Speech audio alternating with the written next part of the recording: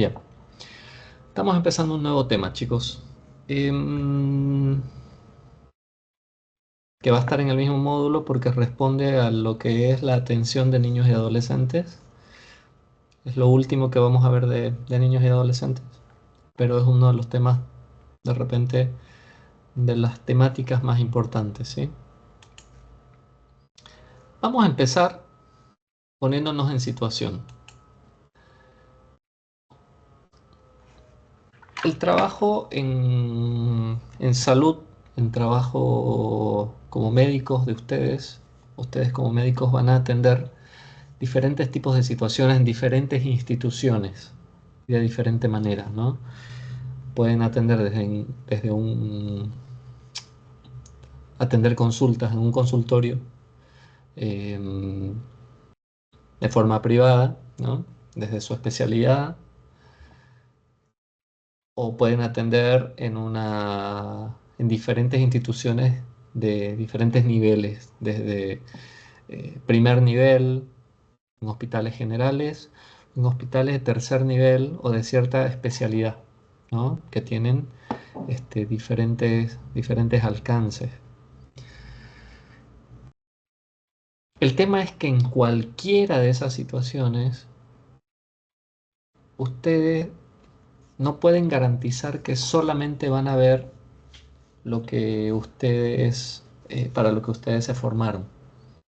Es decir, que a ustedes solamente les vayan a llegar problemas de traumatología si es que son traumatólogos.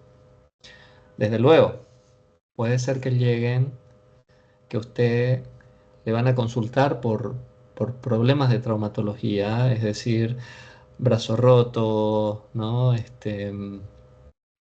Piernas rotas, bracitos dislocados. Entonces ustedes en niños y en adolescentes van a empezar a ver fracturas, van a empezar a ver golpes, van a empezar a ver diferentes situaciones.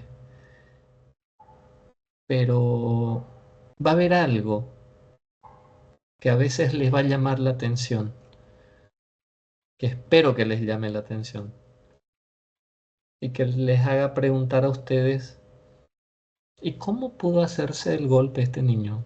¿Cómo pudo romperse la pierna así? ¿De qué forma pudo haberse roto la cabeza así? Eso es lo que hace un médico, chicos, ¿sí?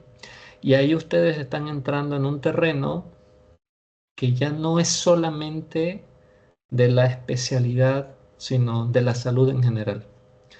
Y para eso necesitamos algunos recursos más, ¿sí? Que son los recursos que les podemos brindar desde acá, desde psicología médica. Y lamentablemente son ustedes los que ven esto. Y son ustedes los que tienen que evaluar y dar las primeras alarmas para ver qué más le pudo haber pasado a este chico, ¿sí?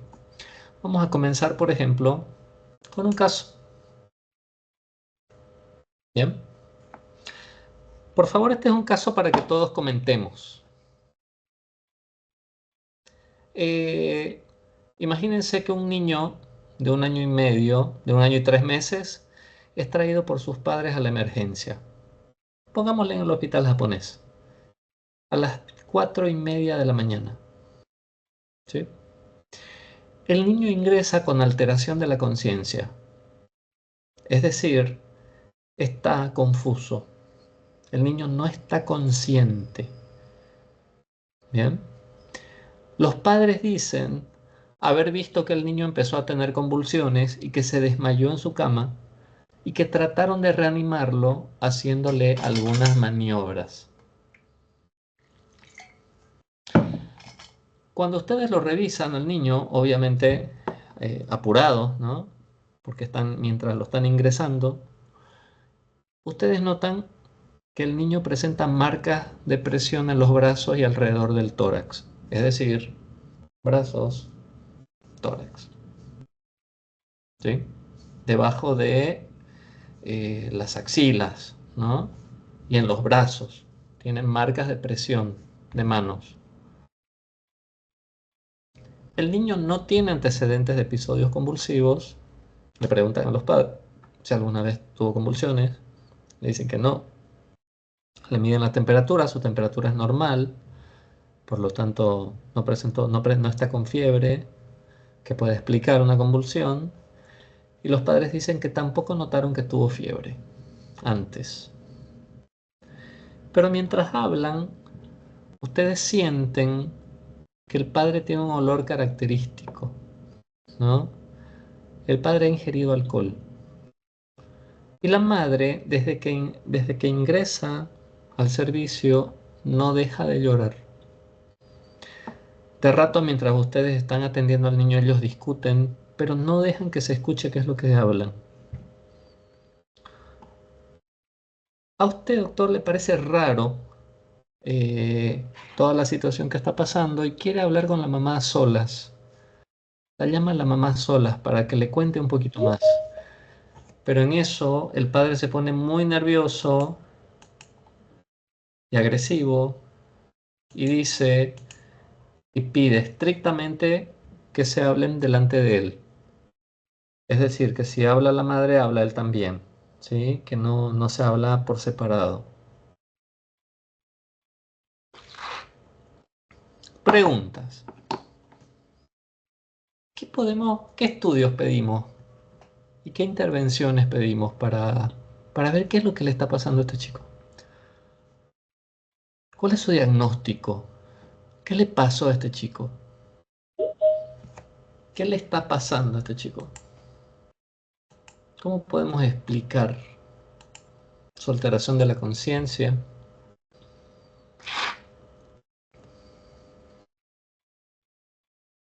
Lo que pasa alrededor.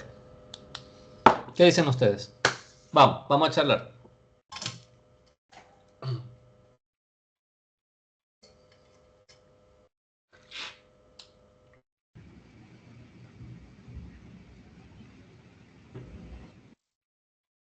Vamos.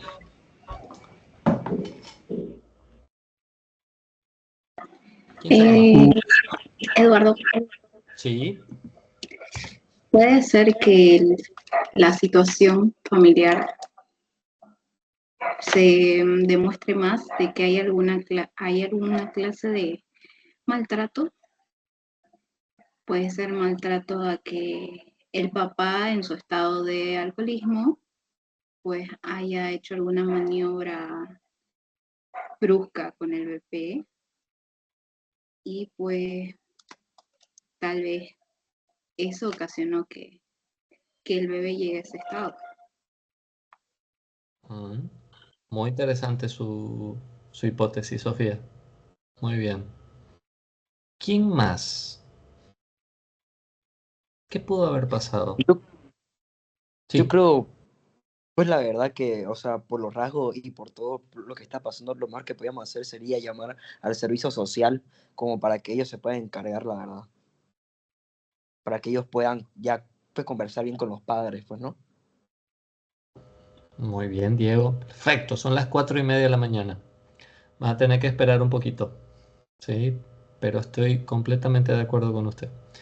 ¿Por qué llamaría usted a servicio social? ¿Qué les parece raro? Eh, la verdad, el padre borracho, se puede decir, y porque se podría decir que esas no son como que daños que se puede hacer por el niño solo, pues, ¿no? Exactamente. Muy bien. Por Ahí lo tuvo que haber menos, un tercer. sí. Bien. Pero, ¿y qué estudios le haríamos al chico para saber si realmente alguien le hizo daño o no? O sea, ¿qué piden ustedes?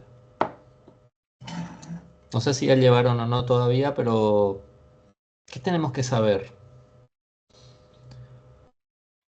No hay como peritajes. Sí. Sí, pero usted no habla a un perito, digamos, ¿no? O sea, es la emergencia. Ustedes están en la emergencia. Este es un niño que entra confuso, como a cada rato llegan pacientes así, como con diferentes situaciones, ¿no? Y ustedes tienen como diferentes intervenciones de acuerdo a algunos indicadores.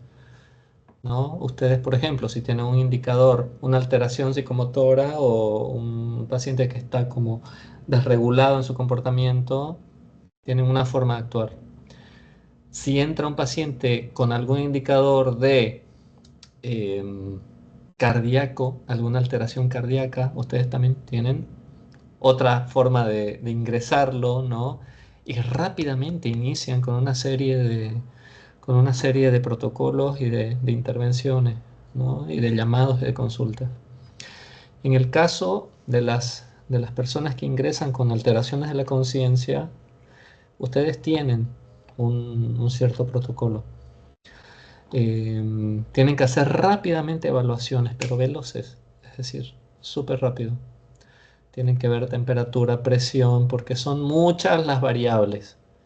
Y entre esas variables, lo que me gusta que está pasando acá es que ustedes están sospechando, alguien le pudo haber hecho algo a este chico, ¿verdad?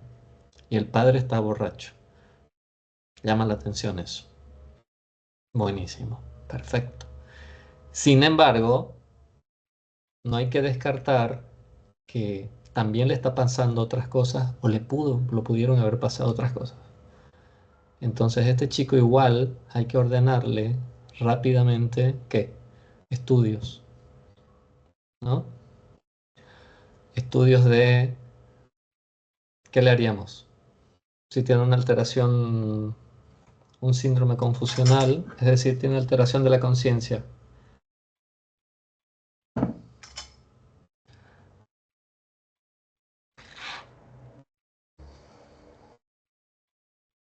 Si tiene alteración de la conciencia,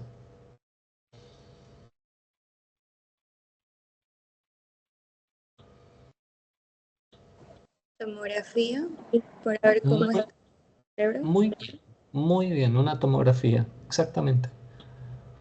Una tomografía de cráneo, ¿verdad? Perfecto. Laboratorio rapidísimo. ¿Para qué? ¿Por qué? Un laboratorio.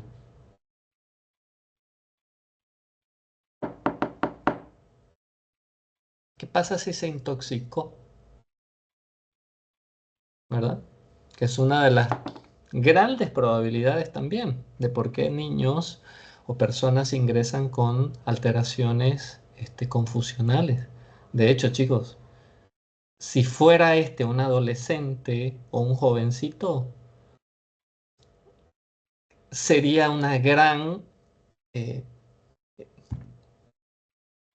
una gran posibilidad es que esté, eh, que se haya pasado de alguna sustancia, que esté intoxicado, ya sea de alcohol o de alguna droga, que le provoca una alteración de la conciencia.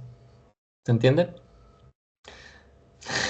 En los niños muy chiquitos, la probabilidad es menos, pero también está. Hay niños que ingresan con alteraciones de la conciencia porque alguien les dio algún fármaco, algún remedio, a propósito, ¿no? Que le hizo daño, o porque se tragaron una pastilla a veces que no tenían que tragársela por un accidente. O sea, pasa de todo, ¿sí? Pasa de todo, la verdad que pasa de todo. Pero también tienen que ver eso, tienen que evaluar si no hay una cuestión de toxicidad ahí también, ¿no? Bien, entonces tenemos que evaluar el estado del cerebro, ¿no? A través de una tomografía, tenemos que descartar si no hay una cuestión tóxica, ¿no? Tenemos que evaluar también algunos otros signos del metabolismo, si no es una reacción a cualquier, o si no hay algunos indicadores de cualquier otra enfermedad sistémica, ¿no? Y algún otro indicador. Por ejemplo, chicos, a veces hay tumores cerebrales que inician con alteración de la conciencia, vómitos, ¿no? Y convulsiones. ¿Cómo se entera uno que tiene un tumor cerebral muchas veces de los niños? De mis pacientes, que son niños que tienen tumores cerebrales, eh, a veces es así. Llegaron del colegio con ganas de vomitar de un día para el otro y empezaron a vomitar y de pronto tuvieron una convulsión y van. Y es un tumor cerebral. Bien. Entonces, ustedes tienen que hacer la evaluación médica con los protocolos que ustedes van a aprender acá en la carrera. Pero, ¿qué le agregamos? ¿Qué es lo que les está aportando psicología médica ahora y a través de estas clases? Esta es la que viene. Que también tenemos que evaluar otros indicadores. Ustedes en las materias van a ir integrando cada una de las materias que van a ir pasando, cómo evaluar el corazón, cómo evaluar los indicadores neurológicos, cómo evaluar lo nefrológico, etcétera, etcétera. ¿Sí? Y los indicadores que vamos a ver hoy son los indicadores sociales, los psicosociales de riesgo, que nos dicen, a este chico algo le pasó. ¿Por qué? Por este factor de riesgo. Acá Diego detectó un factor de riesgo y Sofía también, ¿no? Algo no le cierra con el padre. Diego lo dijo directamente, padre borracho. Sí, señor, padre borracho es un factor de riesgo, chicos. No solamente el padre, ¿no? Una persona, un cuidador con alguna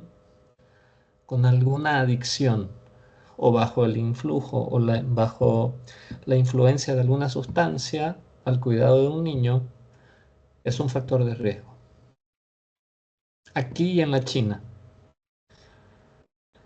Y en Bolivia y en la China, si adhieren a la Convención de los Derechos del Niño y que tienen la ley de los derechos del niño, hay que hacer lo que Diego sugiere, que es llamar a servicio social para hacer una intervención y una evaluación para que nosotros, entre los psicólogos y la trabajadora social, evalúe los factores de riesgo psicosociales y ustedes puedan seguir trabajando con la tomografía, ver si el chico necesita oxígeno, ver si el chico necesita una transfusión, ver si el chico convulsiona de nuevo o no, etcétera, etcétera. Porque ustedes tienen que seguir trabajando lo médico, pero alguien se tiene que encargar del otro, porque el otro también es importante.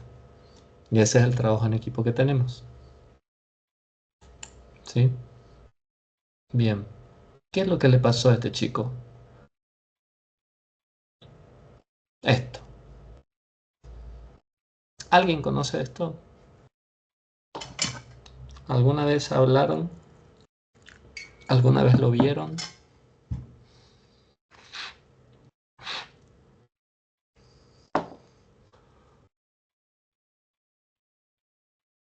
¿No?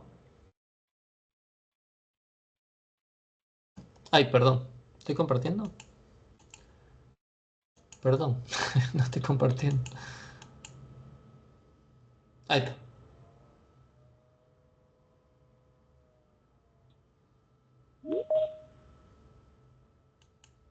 Bien. ¿Saben qué es eso? No, Síndrome del bebé sacudido. ¿No? no. Bien, buenísimo. Gracias por la sinceridad. ¿Alguien escuchó algo de esto?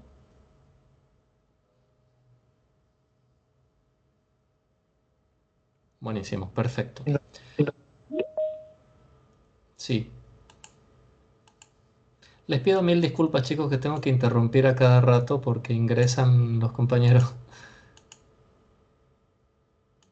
Bien. Bueno, ¿de qué se trata el síndrome del bebé sacudido, chicos? Es una forma de maltrato. Y ustedes tienen toda la razón los que vieron que algo les parecía raro en el padre. Y sobre todo bajo la influencia del alcohol. Sí. ¿Qué pasa con el síndrome del bebé sacudido? Son las consecuencias neurológicas que tienen alteraciones gravísimas del haber sacudido durante un momento que puede haber sido eh, un ratito nada más, segundos nada más, pero con una violencia que lo que genera son traumatismos de cráneo. ¿Qué es lo que pasa? ¿Se acuerdan cuando yo les hablaba la clase pasada del neurodesarrollo y decíamos que el niño hasta cierta edad tiene el sostén cefálico, ¿no? Y después de a poquito se va endureciendo, de a poquito va controlando. Bueno, los niños que no tienen, de repente, los niños menores a 3 meses, chicos, todavía no tienen sostén cefálico. Imagínense ustedes, tienen muy blandito, muy blandita esta, ¿no? La cabecita, el tronco, todo. Y, y no pueden frenar el impacto de la sacudida, ¿no? E incluso los que están más, con unos meses más, que son un poquito mayores, eh, con unos meses mayores también no pueden de repente frenar la violencia con la que los sacuden. ¿Por qué? Porque la cabeza sigue siendo un poquito más grande que los mayores siguen siendo, todavía tienen la cabeza un poquito más pesada que el resto del cuerpo, ¿no? Entonces, ¿qué es lo que se genera? Se genera microtraumatismos de cráneo, pero que son dobles porque son a nivel frontal y a nivel occipital, ¿sí? Entonces, ¿qué es lo que pasa con esto? ¿Qué es lo que pasa con esto? ¿Sí? Lo interesante, a nivel científico, digamos, es que se genera una serie de consecuencias que ahora están cada vez mejores estudiadas. ¿Mm? Tanto así, chicos, que ahora es muy fácil de detectar en las guardias y en los hospitales, porque ya lo saben reconocer. Bien, ya es una de las cuestiones que se evalúan rápidamente, porque antes era como difícil de reconocer. Nadie esperaba que de repente a unos padres le hagan un daño a su hijo, ¿verdad? Por eso es que daban vueltas y vueltas sobre qué era lo que le había pasado a este chico. Y eh, cuando se hacían los estudios,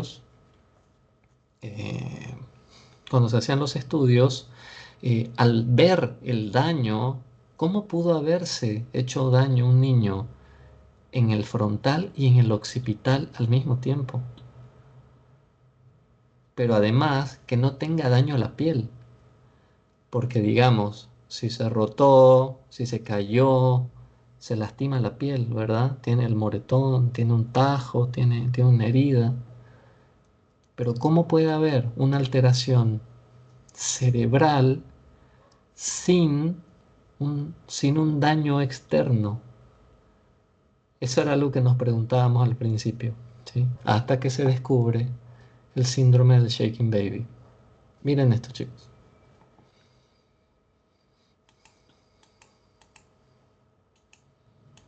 ¿Dónde está? Acá. Tu bebé cuando llora para intentar calmarlo, o te gusta jugar lanzándolo hacia arriba para después cacharlo, déjame decirte que este tipo de acciones podrán causar lesiones graves en tu bebé e incluso provocarle la muerte. A esto se le conoce como el síndrome del bebé sacudido. Si quieres conocer más acerca de las causas, los síntomas y cómo evitarlo, quédate a ver el siguiente video.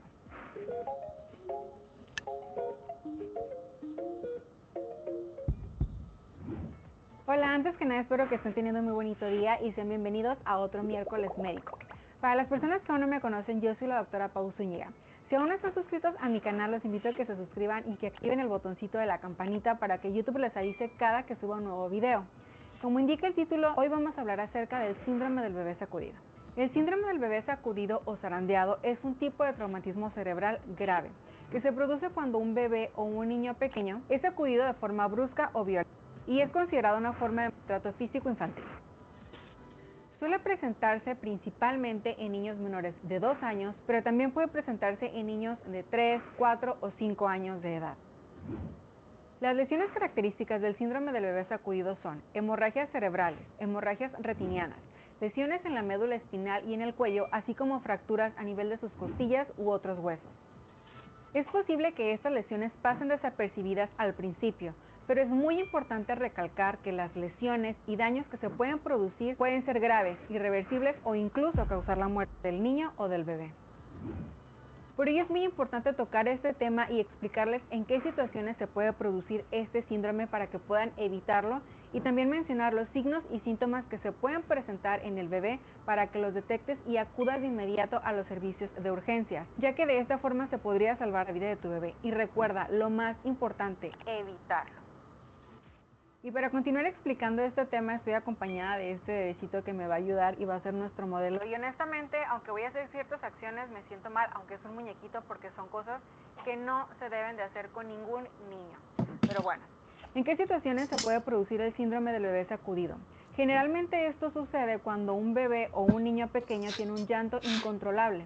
Entonces los padres o los cuidadores, en un intento desesperado por calmarlo, lo sacuden de la siguiente manera.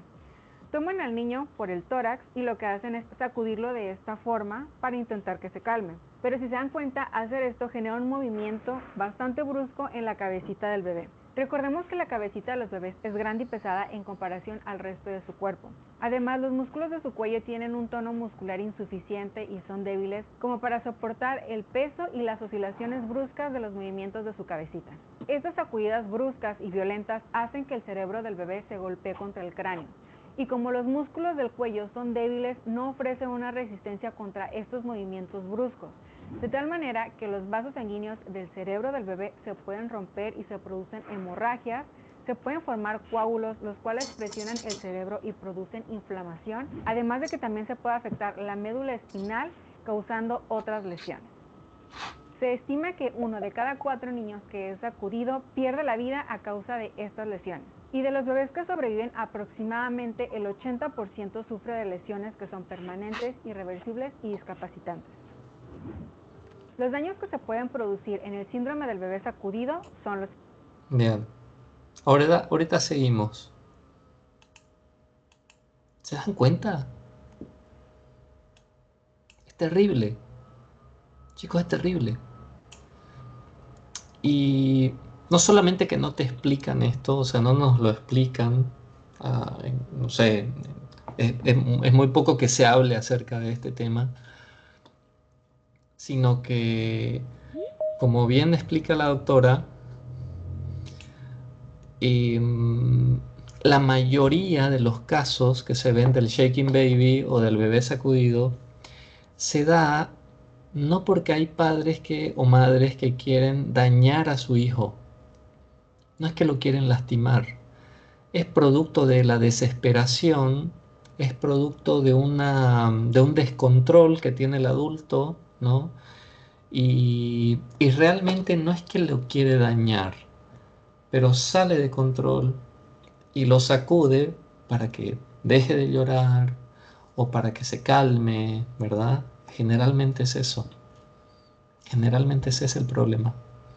Entonces imagínense ustedes cuál es el factor de riesgo de nuestro caso. A ver, pensemos en nuestro caso. Es un shaking baby. ¿Qué es o es un bebé sacudido?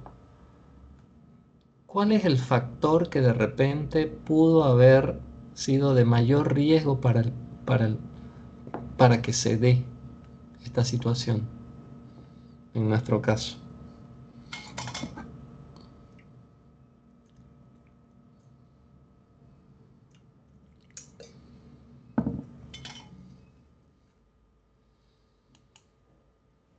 ¿Mm? Capaz que no haya llegado bastante y los padres como que estaban en el estado de ebriedad, podemos decir, como que no supo qué hacer, o sea, como que se acobardó, podemos decir, y un intento después de callarlo lo pudo haber hecho así, o sea, lo pudo haber movido.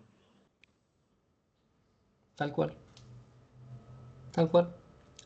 Bueno, este caso que usé, chicos, fue un caso que lo vimos acá. Es un caso verdadero, digamos. Eh, Como les digo, es muy frecuente. Lastimosamente esto es muy frecuente. Y el tema es de que a veces los padres, como saben que que hay un problema muy grande, que es más, pueden ir a juicio por esto, o muchas veces se callan y niegan información o mienten. En este caso, ellos dicen que tuvo convulsiones el niño. es muy poco probable que el niño haya tenido convulsiones, o si las tuvo, ¿no? De repente fue producto de las lesiones y no por otra cosa, ¿sí? Entonces, puede ser que los padres incluso hasta omitan información o den información falsa, pero ustedes, sobre todo los médicos, ustedes, a través de los estudios, de los indicadores, de las imágenes, ya tienen la forma de cómo llegar a los diagnósticos y revertir un poco las situaciones. Y es más, saben que en este caso, mientras los doctores estaban evaluando, mientras ustedes estaban evaluando, nosotros, psicólogo de trabajo social, estábamos haciendo las entrevistas. Entonces nos iban comunicando más o menos por dónde iba la situación. Tipo las películas, algo así, ¿sí? Para ver si nos estaban diciendo la verdad acerca de la hipótesis que tenían los doctores. Los doctores de entrada pensaron que era un síndrome en bebé sacudido. Y los padres no nos estaban confirmando la situación. Estaban como que no sabían, omitían información, no nos, no nos estaban diciendo la verdad. ¿Sí? Hasta que llega el resultado, los resultados muy compatibles con ambos, el daño tanto del frontal como del occipital. Y eh, ahí es como muy evidente, ¿no? Entonces entra la doctora de la emergencia, le dice, miren, acá tenemos una realidad, que los estudios no dicen, no muestran lo que ustedes nos están diciendo. Alguien miente y los estudios no mienten. Díganos la verdad. Así que ahí la mamá empieza a hablar, sí, y claro, el padre ya tuvo que callarse y bueno, ahí vino todo el servicio local, la defensoría y todo el asunto, ¿sí? El tema, chicos, es que esto es una situación que se presenta, esta como otras, son situaciones que se presentan con mucha frecuencia. Y como les digo, el shaking baby es una cosa, el síndrome del bebé sacudido es una cosa, pero bracitos rotos, piernas, mientras ustedes están curando una pierna, de repente aparecen marcas de látigos, aparecen quemaduras de cigarro, aparecen mordeduras o mordidas, aparecen moretes, que a ustedes muchas veces les llama la atención. Dice, ¿y quién te hizo esto? Que deberíamos preguntar, ¿y cómo te hiciste esto? ¿Quién te hizo esto? ¿Verdad? Y ahí es, chicos, donde yo les quiero decir que lastimosamente el terreno de la especialidad de ustedes, cuando ustedes ven el indicador de un maltrato, se agranda un poco más. Y ustedes no solamente son el cardiólogo, son el neurólogo, son eh, el, el traumatólogo, sino son el médico que también se ocupa de la salud integral, ¿no? De lo que le pasa a este chico, a esta chica. Y lo mínimo que puede hacer un médico es dar la señal de alarma. Aunque usted no se vaya a ocupar, pero sí dar la señal de alarma. Mira que estoy curando a un chico que tiene una fractura en la pierna, pero que estoy viendo que tiene muchos moretes, o tiene muchos golpes, o tiene algo en la, o sea, tiene la espalda completamente marcada, como si lo hubieran azotado a este chico. ¿Por qué no lo evalúan? ¿Por qué no llaman a servicio social, a psicología y hacen una evaluación con los de los padres y ven qué pasa? O una entrevista con el chico. Con que usted lo deje indicado, ya se anota un golazo. No tiene por qué hacerlo usted. pero usted es el que revisa el cuerpo. Usted es el que revisa y el que se da cuenta de las cosas. Es más, ustedes pueden llegar a ser tan capos, chicos, de poder ver y decir que hay fracturas que no coinciden con lo que le cuentan los pacientes. ¿Y cómo le pasó esto? Ay, no, lo que pasa es que estaba así y se cayó. Esto no es por una caída. Esto tuvo que haber sido de otra forma. ¿Qué te pasó, mijito? A ver, contame la verdad. Chicos, la cantidad de veces que ustedes se van a encontrar con que las versiones que le cuentan los padres no son las de verdad. ¿Sí? Y a los chicos muchas veces le pasan cosas que caen en un terreno que es el terreno del maltrato. ¿Sí? Y es eso lo que estamos viendo ahora. El maltrato, chicos. ¿Qué tiene que ver un médico con el maltrato? Muchísimo. Ojalá que no tuviera nada que ver, pero lamentablemente mucho que ver. ¿Por qué? Porque en gran medida el maltrato lo van a descubrir ustedes. Generalmente el maltrato lo descubren o las maestras del colegio o los médicos en los hospitales. ¿Sí? Entonces ustedes son uno de las instituciones y de los profesionales que descubren el maltrato infantil, sobre todo los que se dan en la casa. ¿Bien? Chicos, es importante que presten atención a esto, porque esto sí que le voy a dar mucha importancia. No es porque a mí por un capricho mío, sino porque es importante que quede bien claro qué es maltrato y qué no. Porque después hay como una seguidilla de frases que uno dice, uy, no, ahora todo es maltrato. No, chicos, no todo es maltrato. Pero lo que es maltrato es maltrato. Y tenemos que ser bien claros con que hay aspectos y hay conductas que nosotros hemos naturalizado en nuestra vida que son maltrato. Aunque lo hubiéramos naturalizado, son maltrato. ¿Sí? Hay situaciones que se viven en la casa, en la pareja, entre amigos, entre compañeros, que son maltrato, aunque lo hubiésemos naturalizado. ¿Sí? Y eso es lo que tenemos que ver un poco. ¿Por qué?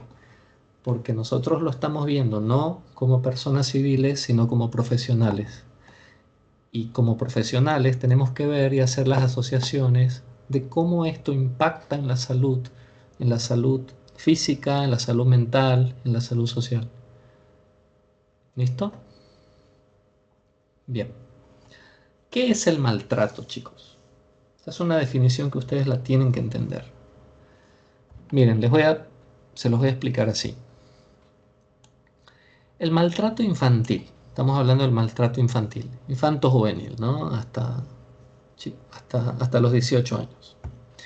Se define como abusos y desatención. Abusos y desatención. Si ustedes se acuerdan de esta definición, yo me quedo contento. Abusos y desatención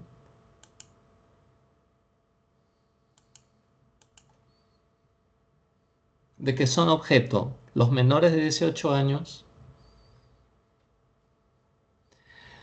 Cuando nosotros hablamos de de maltrato, generalmente no pensamos en esta, que es la desatención. Cuando pensamos en maltrato, por lo general pensamos, ¿no? O socialmente se piensa en que alguien le pega al otro, lo que uno hace, ¿no? Que uno lo toca, que uno le pega, que uno lo hostiga, que uno no sé, le grita, ¿no? Lo que uno le hace a otro. Esos serían los abusos. Pero nos quedamos cortos con esa definición o con ese pensamiento nada más. Maltrato, chicos, es abusos y desatención, que son objeto los menores de 18 años. Bien, va a incluir todo tipo de maltrato físico o psicológico, abuso sexual, desatención, negligencia y explotación comercial o de otro tipo.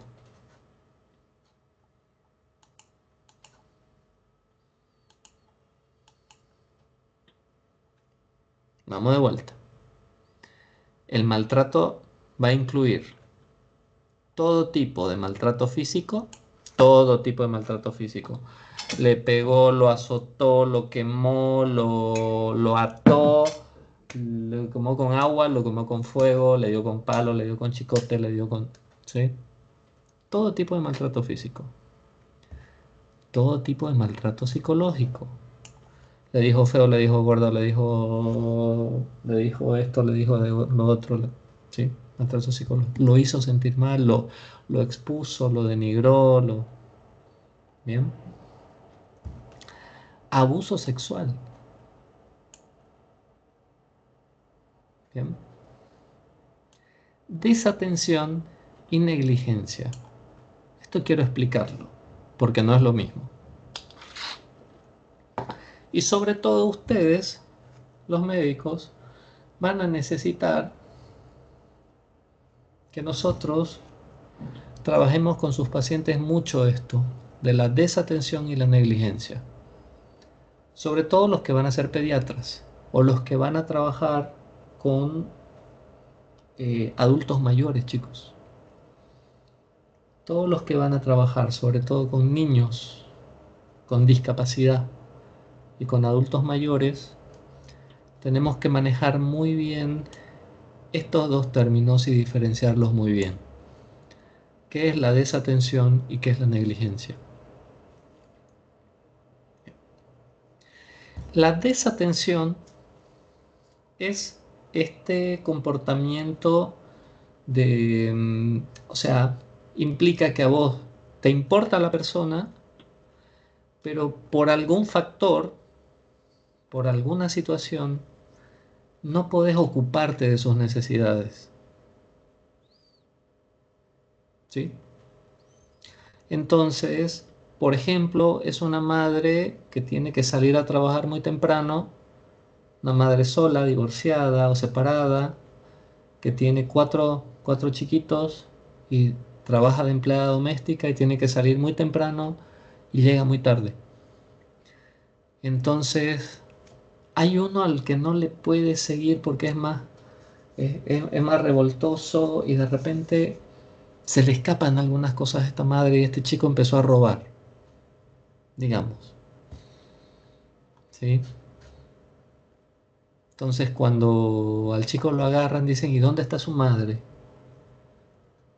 Y la madre ni idea, no sabía que el chico estaba en esto. A la mamá le pueden decir que está desatendiendo a su hijo. ¿Sí? Es decir, le importa, pero por la situación que vive, no puede cubrir con todo lo que necesita el chico, con el cuidado que necesita este chico. ¿Bien? En cambio, negligencia sería que varias veces en el colegio le dijeron, mira que tu hijo está robando, mira que tu hijo está robando, mira que tu hijo está robando y ella nada. Mira que tu hijo está robando y ella no le decía nada. Mira que tu hijo está robando y ella no le decía nada hasta que cae en la policía y le dicen, no, pero ¿y usted por qué no se ocupó de su hijo? Uno no sabía, mentira, sí sabía, pero no hizo nada. Eso sí es negligencia. ¿Se entiende? ¿Se entiende la diferencia? Sí, Perfecto. Desatención y negligencia. Entonces, chicos, en el campo de la salud, nosotros vamos a tener muchísimo de esto. Y por eso es importante este tema también, hablarlo con ustedes. Muchas veces los padres no acompañan los tratamientos médicos. Por ejemplo, el cáncer. Ustedes pensarán que todas las familias hacen bien el tratamiento oncológico, los llevan a los chicos a las quimioterapias, acorde con los tiempos, y le dan todos los remedios que el oncólogo les dice. ¿Esto es así? No, lamentablemente. Lamentablemente, chicos, no siempre, no todas las familias tienen esta adherencia al tratamiento. Entonces nosotros tenemos muchas veces chicos con tumores que son curables, pero que por una negligencia de los padres, sabiendo que tienen que tomar, con los medicamentos a la mano que les dieron las fundaciones, que les ayudaron con todo, haciendo todo lo posible para que el chico pueda curarse, no le dieron a la hora, no lo trajeron, se fueron, se escaparon, abandonaron el tratamiento, etcétera, etcétera. Y desde luego el chico no se cura. Esos niños son chicos que están viviendo una situación de maltrato, en pleno tratamiento oncológico, en plena situación de cáncer. Y están viviendo una situación de maltrato porque sus padres están cometiendo una negligencia con el tratamiento oncológico. Es decir, los han dejado sin tratamiento. Bien. O cuando fallan a los estudios, cuando no cumplen con las indicaciones, con las consultas, ¿sí? Y si eso afecta la salud del niño y el pronóstico, es terrible, es maltrato por negligencia. ¿Se entiende? Después van a tener ustedes muchísimos casos de desatención. Muchísimos. Por ejemplo, los niños que no crecen tanto, niños que no engordan tanto, ¿no? O que no llegan, digamos, a cumplir los parámetros necesarios de desarrollo, muchas veces por desatención, otras veces por negligencia también. Pero la desatención, chicos, es tremenda, y sobre todo en Bolivia, ¿no? Muchas personas trabajan, muchas personas en la familia tienen que estar ocupándose de tantas cosas que a veces el mirar a los niños, lo que le está pasando a los niños, las necesidades de los niños, los indicadores, a veces se les pasa, ¿sí? Y hay algo que tenemos que ir cambiando, es que los criterios de sospecha de las situaciones tienen que ser más rápidas en Bolivia. En Bolivia algunos diagnósticos se hacen más tardíos. Parece ser que respondemos más lento a los indicadores de riesgo, a los indicadores que son patognomónicos, decimos, que nos muestran que algo está pasando. ¿Sí? Y a veces es porque estamos en otras cosas, ¿no? Con tantas otras necesidades. ¿Bien? Bueno, en los tratamientos médicos nosotros llamamos muchísimo a las defensorías, porque son muchos los casos de familias que tienen que ser acompañadas por defensoría por estas dos, ya sea por desatención o negligencia, o ambas, ¿no? De alguna forma también. Y esto sí que es algo que ustedes tienen que manejar. Chicos, no da lo mismo que un niño haga su tratamiento conforme como corresponde y que no.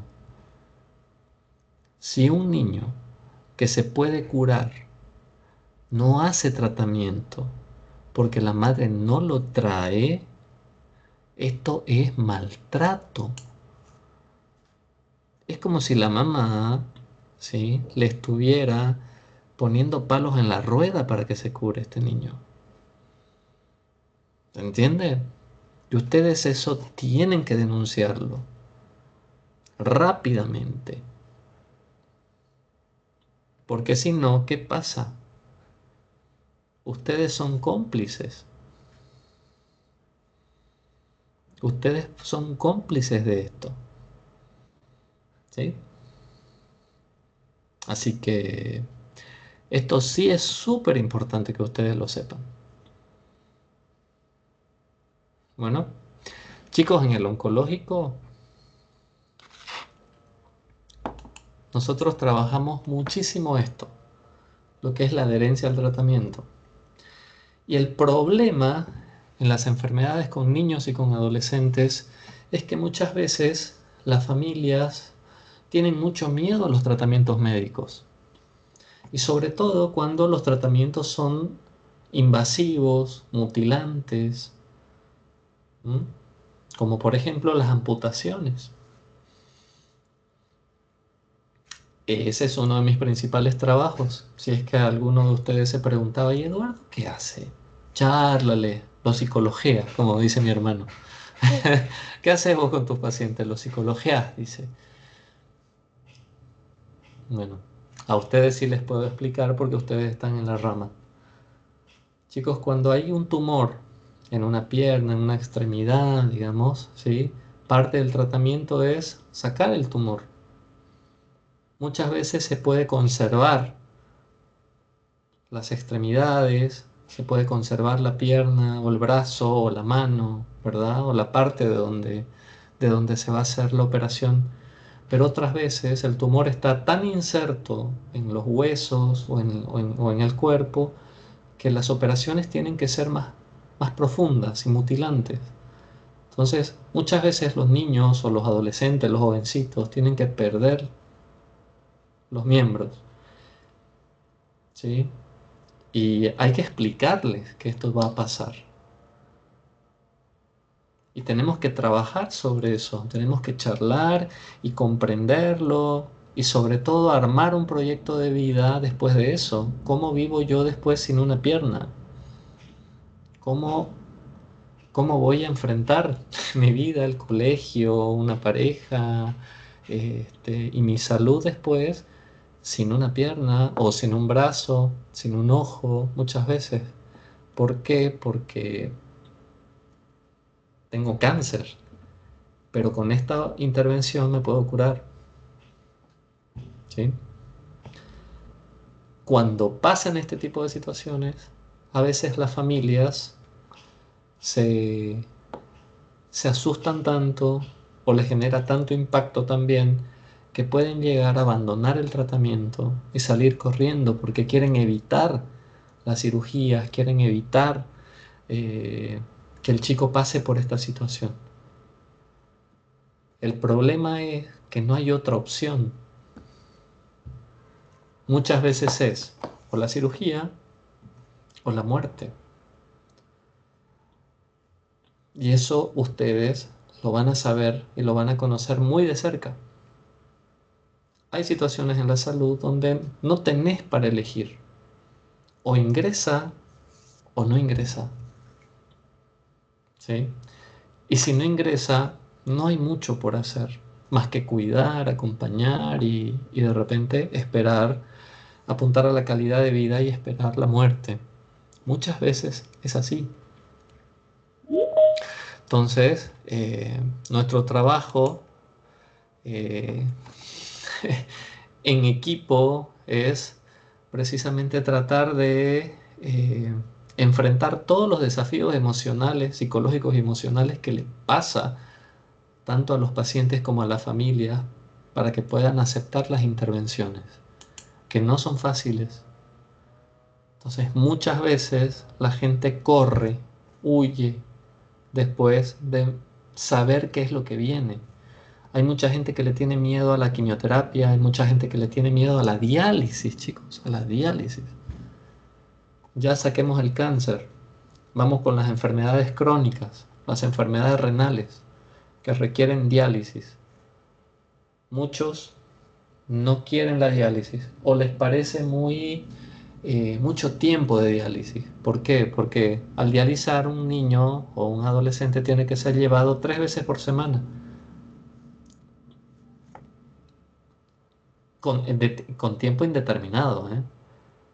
O sea, ¿y hasta cuándo lo tengo que traer? No sabemos, usted lo tiene que traer 3 veces por semana a dializar hasta que tenga un trasplante renal, ¿sí? De repente el primer mes lo traen, el segundo mes lo traen, el tercer mes ya empieza a fallar un poquito, el cuarto mes lo trajeron un día, el quinto mes lo trajeron 2 veces al mes, y así. Y ya después se perdió 3 meses el chico, y claro, después entró con realmente mal por emergencia, porque tenía todo un cuadro tremendo, ¿no? Y el chico entró gravísimo, casi en estado de coma. ¿Por qué? Por la falla en la adherencia al tratamiento. Cuando usted habla con o escribe en la historia clínica y está revisando, ¿cuál es el factor? ¿Por qué el chico se complicó? Se complicó por esto. ¿Sí? Tenemos que evaluar, ¿esta familia no lo trajo por desatención o por negligencia? En ambos casos es maltrato, ¿eh? En ambos casos es maltrato. Pero desde luego que la negligencia hay una responsabilidad mayor sobre el padre o la madre, ¿verdad? En la desatención, el adulto es también una persona que no puede con la situación. Es una persona que no puede estar a cargo de la forma que está haciendo, que está pasando, porque no tiene todos los recursos para poder enfrentar esta situación. Lo está mostrando que no se ocupa de todo, ¿sí? Entonces no puede estar a cargo completamente. En la negligencia tenemos una persona que probablemente puede, pero no lo hace. Sí, Máximo. Si no Si pueden no pueden costear costear el el medicamento, Ujú. ¿es maltrato ¿es o no? maltrato o no? No, porque, mira, dependiendo. Si vos le decís a tu doctora, que eso es lo que pasa con todos los tratamientos oncológicos, en realidad nadie pudiera. En cáncer nadie pudiera, porque es carísimo todo. Pero ¿qué es lo que pasa? Vos le decís a la doctora, doctora, vine y ¿sabe qué? Traté de conseguir por todas las formas las albúminas, doctora, pero son carísimas, no tengo ninguna. Y la doctora Sofía va a decir, no se preocupe, ahora mismo voy a llamar a la Fundación Gotita Roja y vamos a ver qué podemos hacer. ¿Sí? Generalmente, Máximo, las necesidades en Bolivia son tremendas. Y por lo general ya los servicios donde ustedes van a llegar tienen más o menos acomodadas el cómo conseguir estudios, tomografía, resonancia, quién paga qué, cómo te ayudan con esto, cómo se hace para que las damas de Davosán te donen aquí, para que te den esto, lo otro, lo otro. ¿Sí? Entonces, respondiéndote, desde luego que si no tiene, sería desatención, porque no puede, ¿verdad? Pero si vos le ofreces el recurso, se supone que la mamá lo va a hacer. Va a ir a buscar a Davozán, por ejemplo. ¿Sí? Bien. Ahora, si vos después, la siguiente semana, le preguntaste, señora, ¿y fue? ¿Habló con las señoras de Davozán? Ay, diga que no. Pero, pero señora, esto es urgente. Necesitamos ponerle el catéter a su hija, así que las damas de Davozán los están donando los catéteres. Ay, diga que no. Bueno, llámelas ahorita. Ah, ok, doctora. Usted vuelve al otro día. Dice, señora, ¿le habló a las damas de Davozán? Ay, diga que no. ¿Qué les parece a ustedes? Ya es maltrato. Desde luego que sí. Desatención seguro, Máximo. Seguro. Maltrato por desatención. Seguro.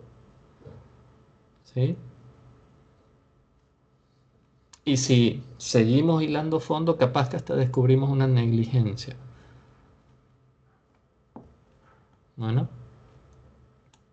Es decir, que las necesidades están, pero cuando vos les ofreces posibilidades para enfrentar las necesidades y el paciente no lo toma, ¿qué podemos pensar? Que no toma el recurso, no toma la posibilidad que le estamos ofreciendo, ¿no? Es así, es que es el tema de la medicina. Vos, mediante la medicina, le vas a ofrecer intervenciones. Si el paciente no lo toma, ¿qué más le podés ofrecer? ¿No? Muchas veces no hay otras, no hay muchas alternativas. Pero bueno, cuando es niños y adolescentes, chicos, lo que tenemos que entender es que está al servicio de los padres. ¿Bien? Entonces son los padres o las familias, los cuidadores, las personas que están a cargo de este chico, los que tienen que velar y cubrir sus necesidades, ¿no?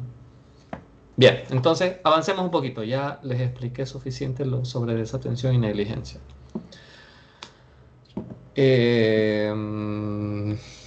Les pregunto, ¿quieren que continuemos y terminamos antes? ¿O hacemos un descanso de 10 minutos y terminamos un poquito más tarde? Sigamos. Continuemos. ¿Continuamos? Perfecto. ¿Sí? Perfecto. Buenísimo. Me encanta. Yo también. Yo estoy tranquilo, así que... Bien. Continuamos entonces. Bien. Bien, chicos. Además entonces del maltrato físico, psicológico, del abuso sexual, que ya lo vamos a ver también en el abuso sexual, está como maltrato la desatención y la negligencia. ¿Ok? Que es lo que acabamos de ver. Pero también es maltrato la explotación comercial, la explotación sexual. La explotación se define, chicos, como el inducir a que un niño, un adolescente, participe, haga algo con beneficios que se van a ganar los adultos. Ya sea, por ejemplo, trabajar, ¿no? Esa es la explotación comercial. Al niño lo hacen trabajar. Eso es maltrato. Por eso les decía que aunque nosotros lo veamos familiarizado o lo veamos que es común, eso es maltrato. Niños que están trabajando, chicos, sobre todo chicos que son mandados a trabajar por sus padres, están siendo explotados.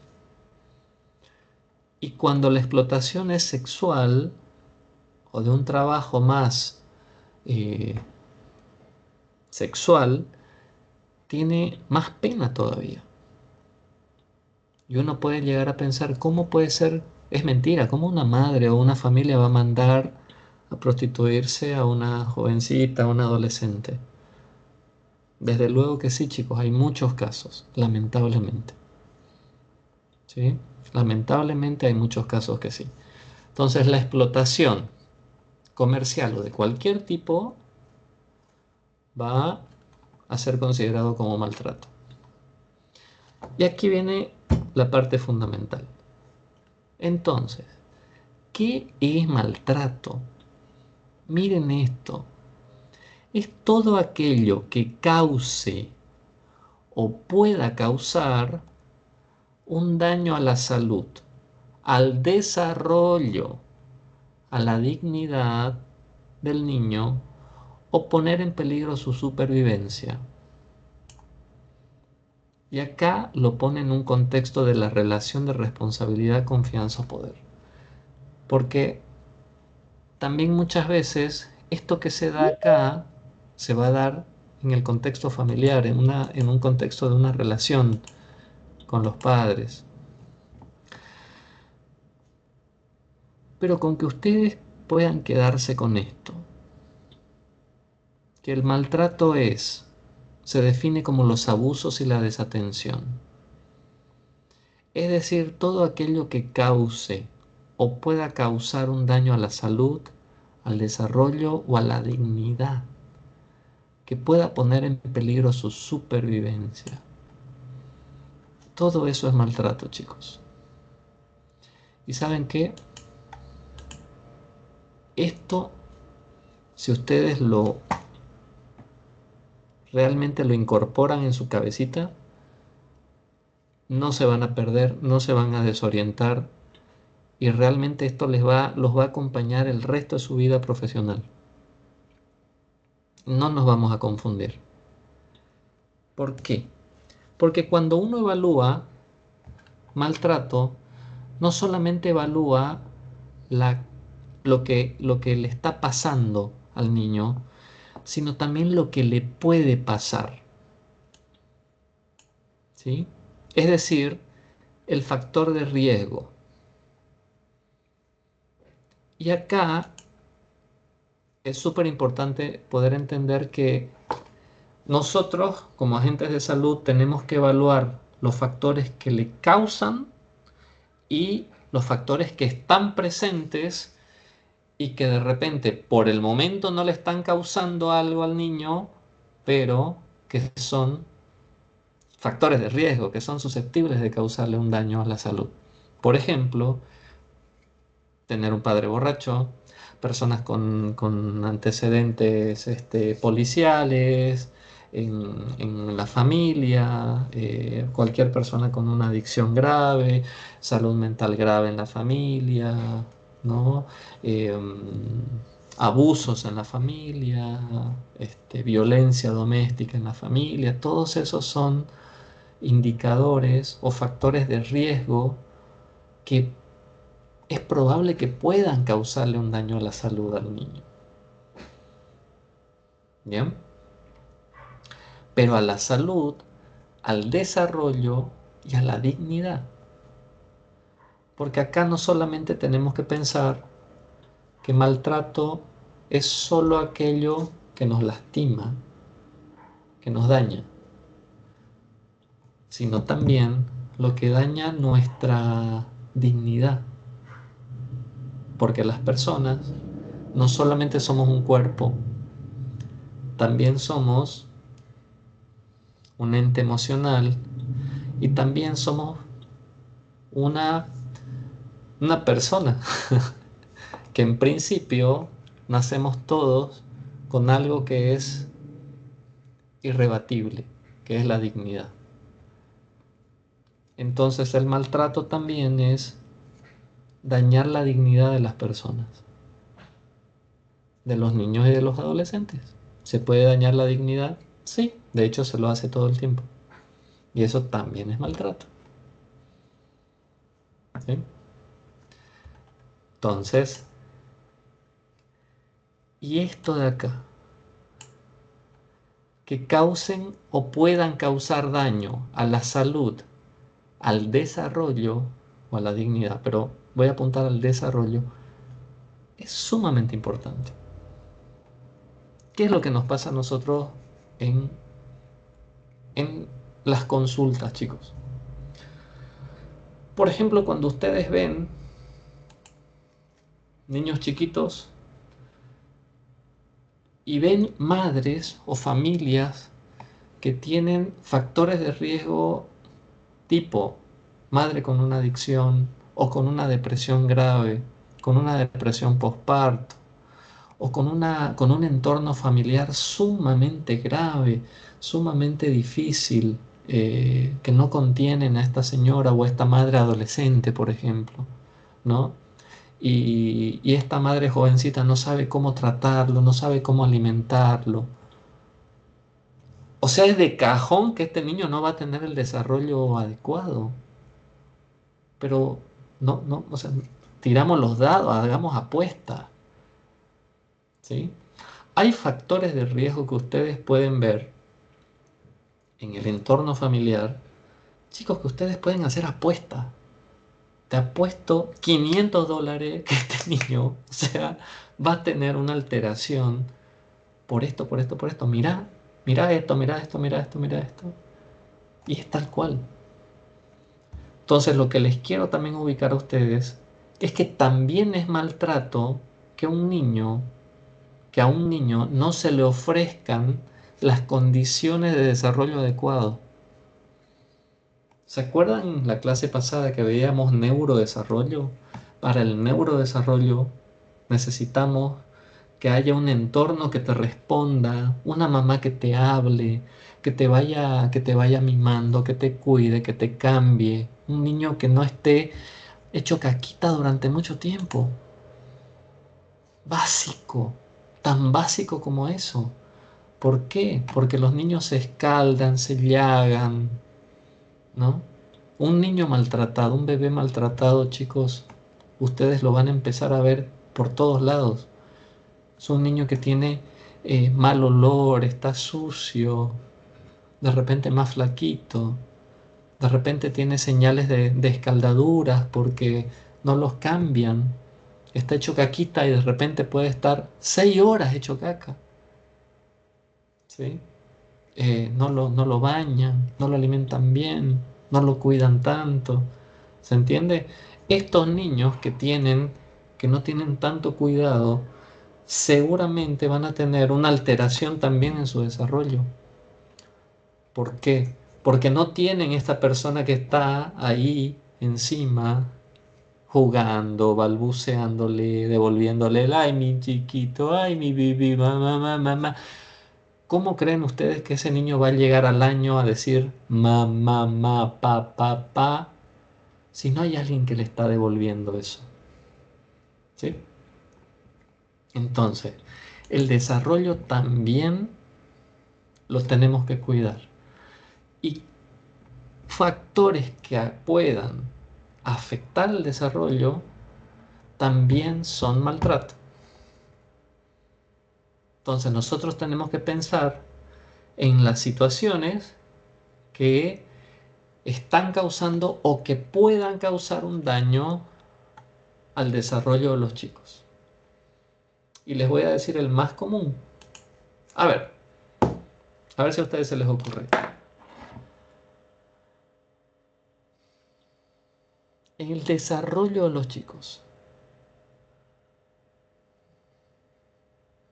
¿cuál puede ser una causa muy común que afecta al desarrollo de los chicos?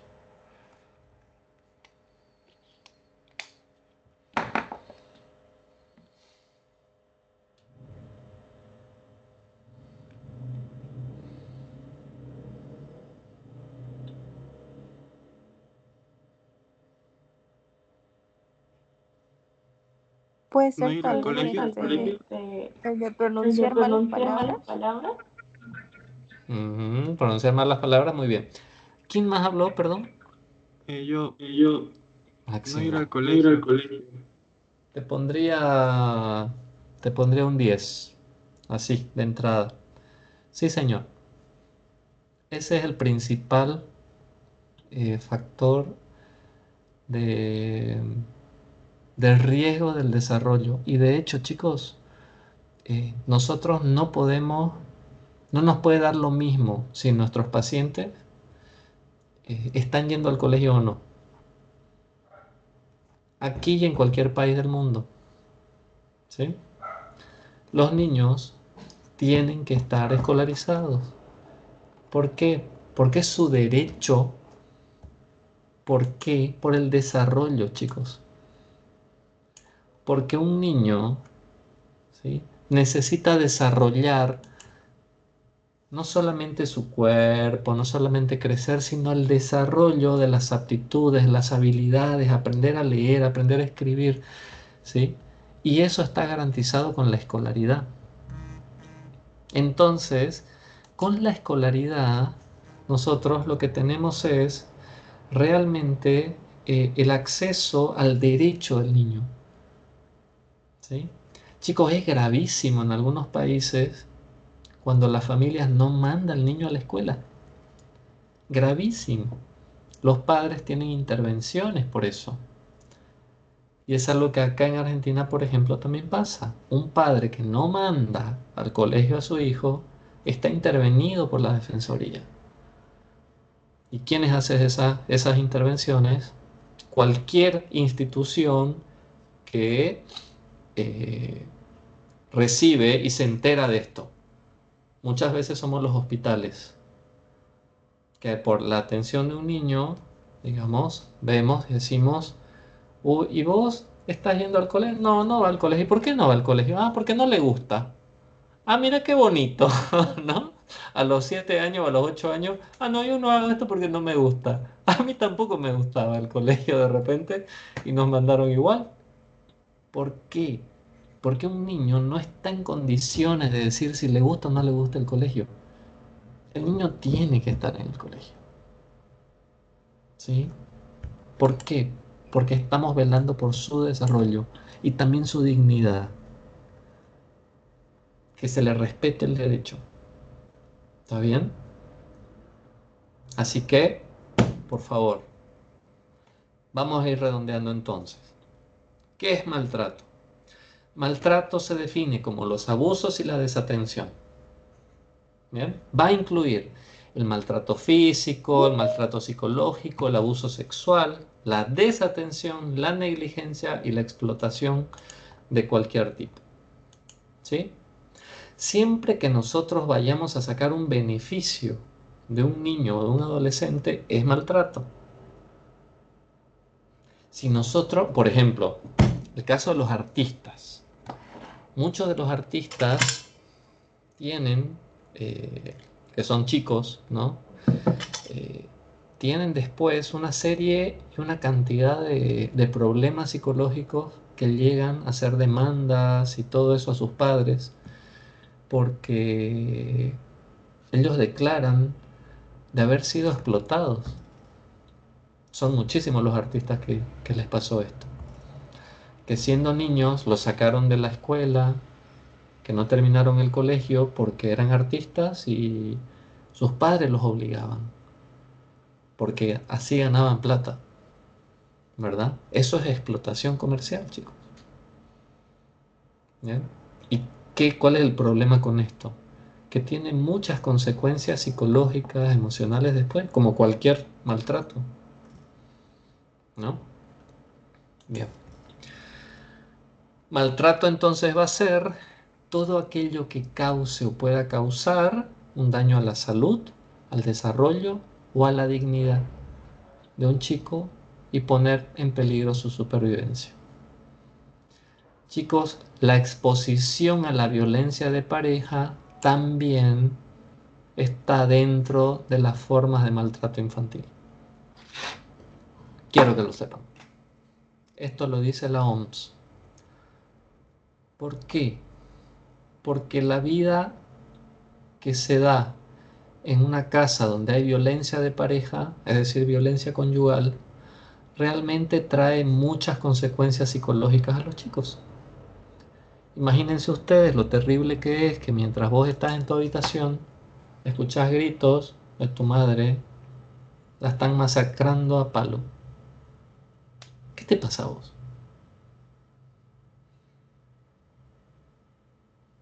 Ah, no, pero al niño no le pasó nada. Espera, al niño no le pegaron, pero no es que no le pasó nada.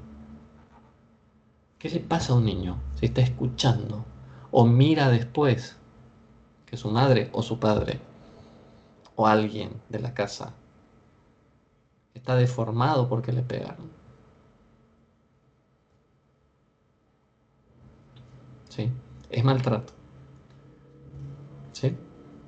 No les quepa duda, chicos, que es una situación de maltrato. Bueno, así que bueno. Ahí va. ¿Por qué es importante hablar de maltrato? Porque la casuística y la estadística es tremenda. Chicos, miren lo que nos dice la OMS. 1 de cada 5 mujeres y 1 de cada 13 hombres declaran haber sufrido abusos sexuales en la infancia. Terrible. Se calcula que cada año mueren por homicidio 41.000 menores de 15 años. O sea, a los niños también los matan. Esta cifra subestima la verdadera magnitud del problema, dado que una importante proporción de muertes debido al maltrato infantil se atribuyen a caídas, quemaduras, ahogamientos. Es decir, que los datos en realidad no se saben con claridad, deben ser muchos más, porque en realidad hay muchas muertes que están encubiertas como accidentes. ¿Vieron? Pero que en realidad pueden ser por maltrato. Chicos, recién nomás, o sea, ya se sabe cada vez un poco más por las noticias, ¿no? Noticias amarillistas, que una madre mató a su hijito, ahora una pareja mató a un bebé y no sé qué. Vos decís, pero ¿cómo una madre va a matar a su bebé? Bueno, esto no es algo de hoy, chicos. Es algo que se ve desde siempre. Siempre hubo maltrato infanto-juvenil, siempre. Lo que pasa es que ahora de repente estamos un poco más atentos, más alertas. Y el tema es de que esto lo van a recibir ustedes. Porque ni les cuento a dónde van después de que un chico es maltratado. Al hospital. ¿Y quiénes lo van a recibir? Ustedes. ¿Y qué es lo que tienen que hacer? Bueno, saber esto, evaluar. Porque de repente ustedes están frente a una situación de maltrato y de repente no lo están viendo. ¿Sí? El Shaking Baby es una entonces de las formas en las que podemos ver el maltrato infantil. Quiero mostrarles una de los videos que a mí me impactó. Ese es un videito, es un tutorial para... Miren esto. Esto es lo que suele pasar, chicos.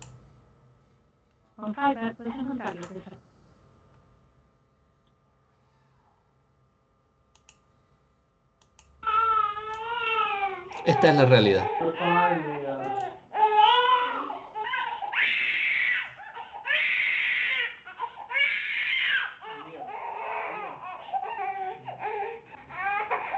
That's enough. That's enough. That's enough. That's enough. That's enough. Es una campaña publicitaria para tratar de frenar un poco el Shaking Baby, ¿no? O el bebé sacudido. Y lo que le dice el padre es, suficiente, suficiente, le dice, cálmate, suficiente, pues no para de llorar, ¿verdad? Y ahí las letritas, al que sabe hablar inglés, bueno, y al que sabe leer, saben que dice, no importa cuán cansado estés, no importa cuán agobiado estés, nunca, pero nunca sacudas a tu bebé. ¿No? Porque es eso. Generalmente el Shaking Baby no se da por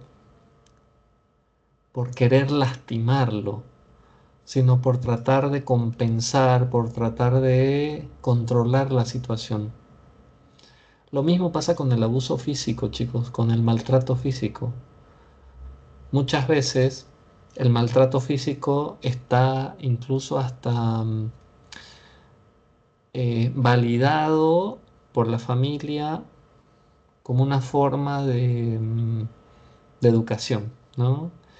Se portó mal, me respondió, es un malcriado, se aplazó, entonces le agarra al adulto, madre, padre, una bronca terrible, se descontrola y va y realmente lo maltrata de muchas formas, ¿no? Lo que ustedes piensan, yo lo respeto con respecto a eso. Desde la psicología nosotros sabemos y lo que les queremos compartir, no solamente yo, sino toda la psicología por detrás, es que el maltrato nunca enseña, chicos. O sea, el pegar no enseña. El pegar no enseña nada. El pegar puede llegar a frenar un comportamiento, pero no enseña. ¿No? No alcanza con pegar. Entonces, como no alcanza con pegar, entonces hay algo más que se debe hacer para que un chico aprenda, que es precisamente el llegar a comprender cómo tiene que hacer las cosas, por qué es importante que lo haga diferente, ¿no? Entonces, la huasca, como decimos muchas veces, no, pero es que a mí me educaron con huasca y yo salí bien. Bueno, probablemente tu mamá o tu papá no solamente te dio huasca, hacían algo más. Y eso que hacían de más fue lo que funcionó, no la huasca. ¿Sí? Sépanlo. No lo digo yo, lo dice la psicología entera y ya de esto lo sabemos hace muchísimo, ¿no? De hecho, el problema con la huasca o con el pegar es que eh, cada vez se necesita mayor violencia para que funcione, cuando no funciona, ¿no? Eh, es como cualquier otro, otro estímulo que se va a ir, el chico empieza a perderle miedo a su padre o a su madre cuando le empiezan a dar huasca, ¿no? Entonces es algo más lo que ayuda. Es la presencia, es el que te hablen, es el que te reflexionen, es el que te hagan saber que sos importante, ¿no? El que te hagan saber de que vos podés hacerlo diferente, que vos valés mucho. ¿Cómo vas a hacer eso si vos valés mucho? Eso es lo que nos dicen nuestros padres cuando nos castigan, ¿no? Por eso que nos castigan. Pero bueno, bien. Hasta acá. Hoy hasta acá. ¿Sí? El maltrato físico es mundial. Ustedes lo van a ver de muchas formas, de muchísimas formas. Lo que sí quiero que sepan es que si ustedes aplican y reconocen estos criterios,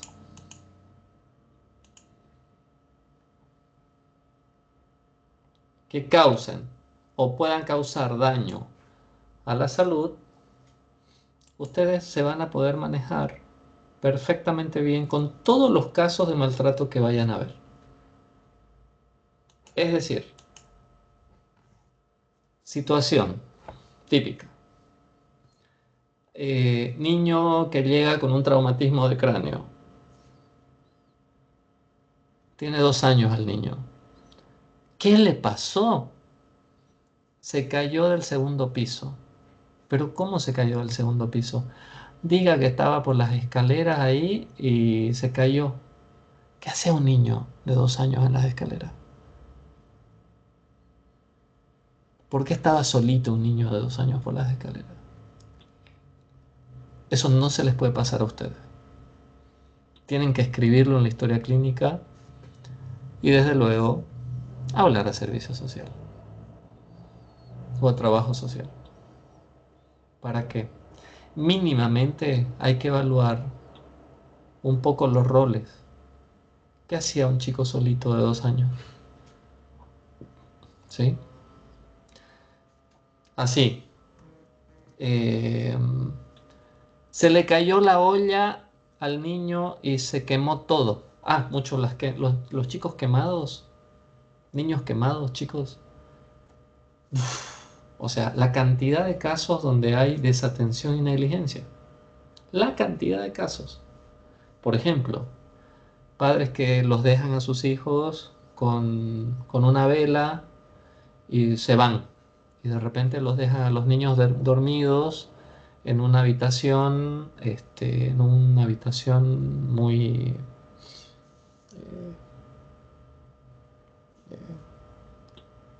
en malas condiciones, digamos, ¿no? Y de repente la vela se derrite así y se cae y se quema todo. Y se queman los niños. ¿Y dónde estaban los padres? Se habían ido, los habían dejado solos.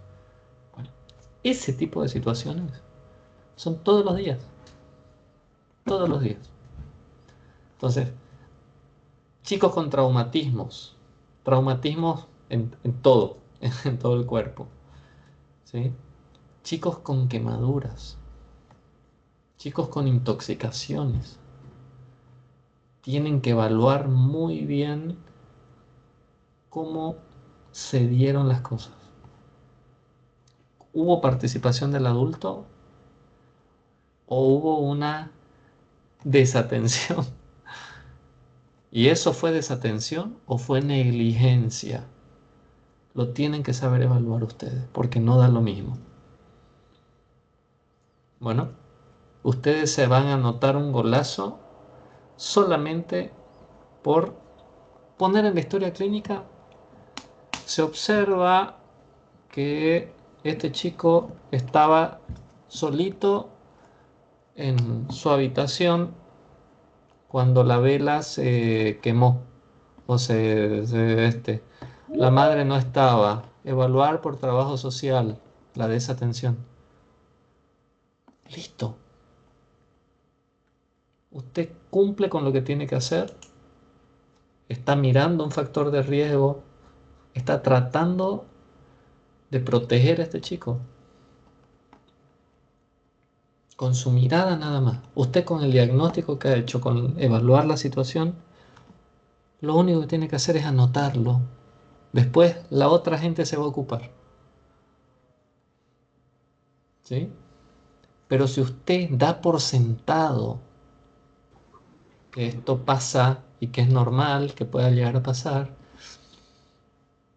nadie va a llamar a trabajo social, nadie va a llamar a la defensoría, nadie se va a enterar de repente que esto ya le pasó varias veces y que es algo que se viene sucediendo en esta familia y hay que tener una intervención diferente. ¿Sí? Sí, Marita. Doc, en este caso, si es que trabajo social no hubiera, ¿cómo se le haría el seguimiento a la madre? ¿Se le hace un seguimiento o solo se le habla y concientiza? Maravillosa tu pregunta, muy bien. Dependiendo de las instituciones, ¿sí? Dependiendo de las instituciones, vas a tener más o menos recursos.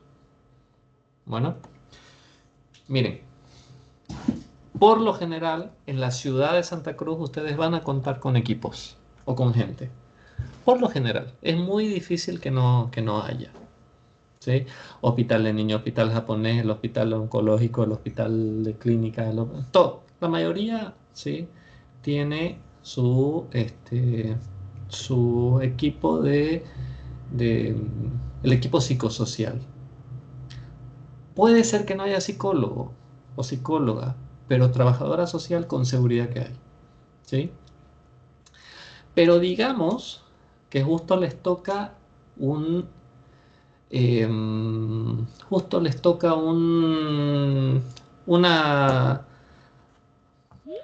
salita que de repente está en la villa, pero que solamente hay un consultorio donde están ustedes. Y ahí no hay. Bueno, seguramente que esa salita pertenece a una red y esa red sí tiene todos los equipos de medicina familiar, de todo. Entonces, con seguridad que si usted consulta a su superior o consulta al encargado de la salita, ¿sí? Se puede llegar a hacer la conexión directa con la profesional o con profesional o la institución. En muchos casos, vos lo único que vas a hacer es tomarle los datos al paciente, ¿sí? Y de repente dar parte a, a tu institución para que esa persona lo contacte con la defensoría o le haga el seguimiento necesario. Bien, pero ya con escribirlo y con pasar el dato, ya es un montón. Después los otros tienen que ocuparse, ¿sí? Y si realmente a vos te toca, por ejemplo, sola en tu consultorio privado, bueno, ahí te la vas a tener que jugar y hablar vos con la defensoría, que es lo que corresponde, que es lo que yo tengo que hacer, por ejemplo. Si yo en mi consultorio privado viene una chiquita, una chica, viene y me dice, eh, mira Eduardo, me abusaron y me siguen abusando, yo tengo que hablar en ese momento a la defensoría. Tengo que llamar. Me toca a mí. Y eso es lo que nos toca. ¿Mm? Y esto les puede tocar a ustedes también. Si no hay otra persona, están en el consultorio privado, eh, les va a tocar hacerlo. ¿Ok? Sí, Sofía.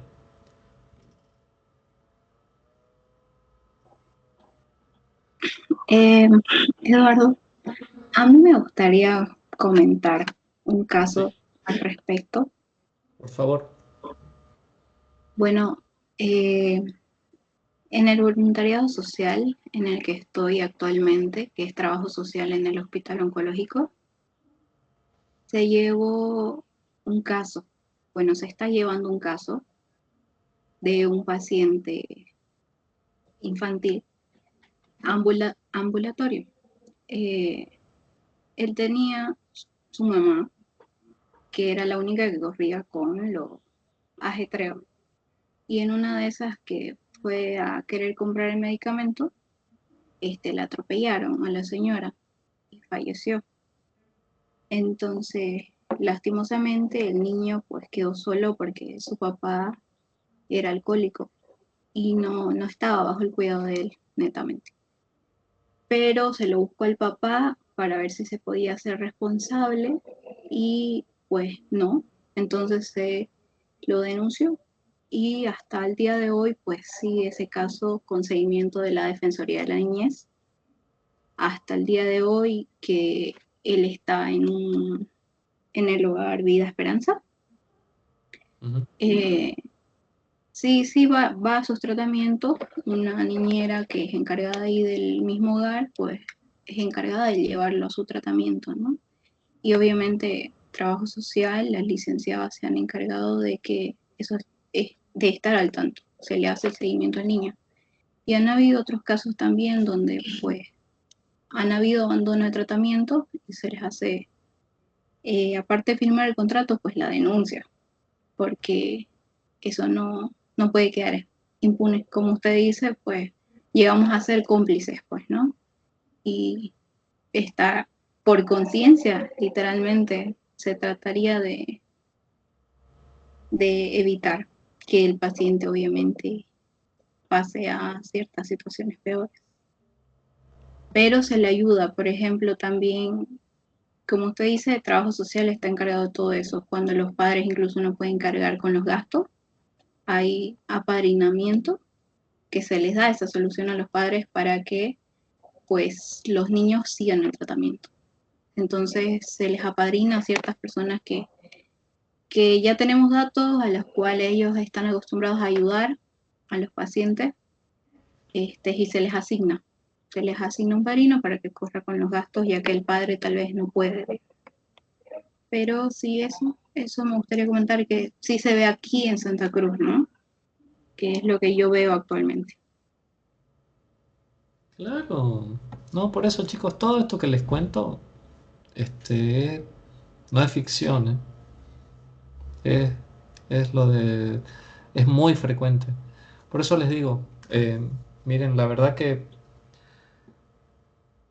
me gustaría poder decirles que ustedes van a hacer su especialidad libre y solamente van a tener que mirar el traumatólogo el hueso y, y nada más, y el oncólogo hacer el tratamiento y nada más. Pero lamentablemente no. Eh, es como que los factores psicosociales, los otros factores de riesgo que son la vida, la pobreza, la familia, las emociones, el maltrato, eh, todos los otros factores vienen y, y juegan con lo que le pasa a la salud. ¿Sí? Muchas veces está muy unido todo. Y cuando se trata de niños y adolescentes, tenemos que entender de que no pueden valerse por sí mismos. Bueno, tienen que estar cuidados por los padres, ¿no? O por los cuidadores. Pero ¿qué pasa si los cuidadores son el factor de riesgo? Nosotros tenemos que verlo, evaluarlo, denunciarlo, porque muchas veces pasa eso. Los cuidadores pueden ser el factor de riesgo, ya sea por maltrato, por abuso, por desatención o por negligencia. ¿Listo? Solamente eso quiero dejarles, que lo piensen. Bien, y ahí, ¿sabían ustedes que un padre no puede hacer lo que quiere con su hijo? No puede. Un padre no puede someter a un niño a cualquier condición porque es su padre o porque es su madre. No, no puede. Tiene que velar por cierto cuidado, desarrollo. Un padre no puede estimular como sea o no estimular a su hijo y porque es su padre él tiene derecho. No, no tiene derecho. No tiene derecho a que ese niño no se desarrolle bien, no tiene derecho. ¿Sí? Ustedes tienen que saber esto.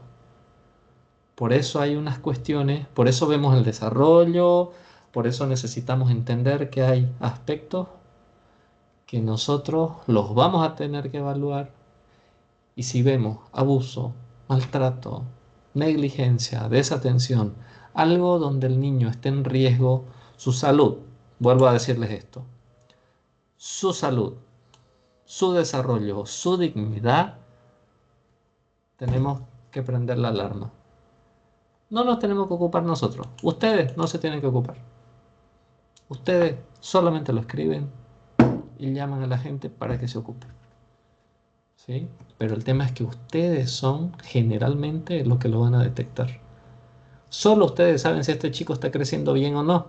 Solo ustedes saben si este chico está engordando mucho o no.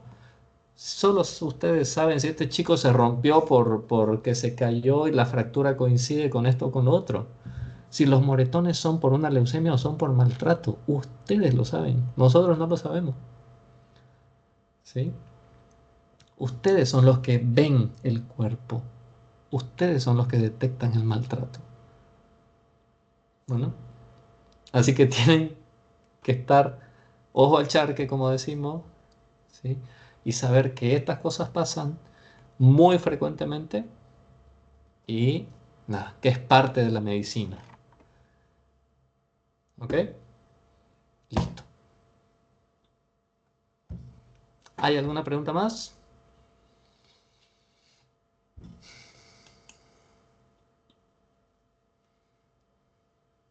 Bueno, gracias chicos.